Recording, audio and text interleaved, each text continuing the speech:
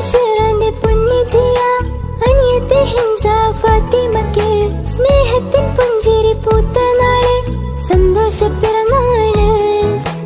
ഇക്കാക്ക സലവും സഹദും ഇന്ന് പിറന്നാൾ ആശംസ നേരും നാള്.